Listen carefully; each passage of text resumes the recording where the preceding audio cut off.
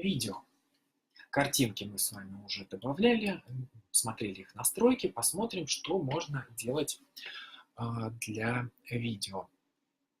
Видео добавляется следующим образом. Ну, как вы, наверное, уже догадались, вставка чего угодно осуществляется на вкладке «Вставка».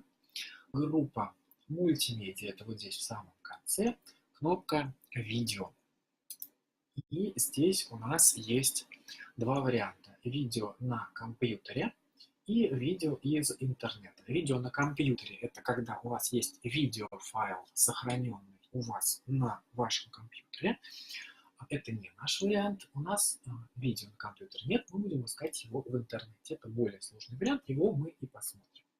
Ну, если вы нажмете на видео на компьютере, вам просто будет предложено открыть, выбрать соответствующий файл в структуре вашего компьютера и его вставить с помощью кнопки «Вставить».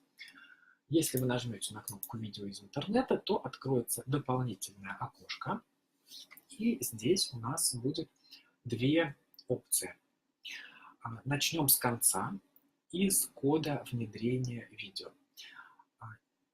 Практически все сайты, на которых размещается видео в интернете, ну, вот, например, YouTube или другие какие-то сайты, Рутюб и так далее, предлагают такую опцию, как получить код для внедрения видео. В настройках видео на этом сайте вы копируете такой код, а далее вставляете его вот сюда. Видео добавляется к вам на слайд. Либо же вы можете искать видео на YouTube. К сожалению, доступен только YouTube, какие-то другие видеохостинги недоступны, но мы с вами, в общем-то, давайте и YouTube воспользуемся. Например, давайте добавим что-нибудь про PowerPoint.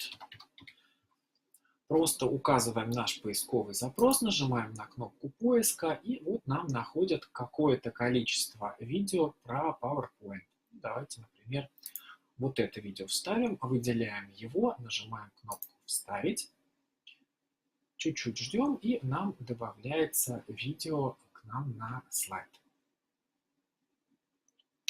Что есть у этого видео?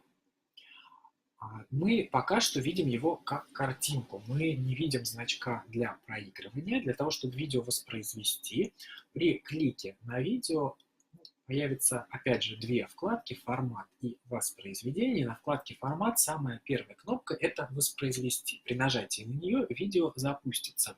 Я ее не буду запускать, потому что это будет у вас в ваших динамиках плохой звук. В общем-то, мы с вами знаем, что это видео, в этом нет необходимости. Что еще с видео можно делать? Ну, мы видим с вами по периметру, опять же, вот эти вот точки. Мы с вами можем видео растянуть и сделать его крупнее или мельче на нашем слайде. Опять же, видео можно куда-то подвинуть. Давайте его, например, поставим в центр нашего слайда. Этот урок – часть большого и более подробного курса. Записаться на курс вы можете на сайте sreda31.ru.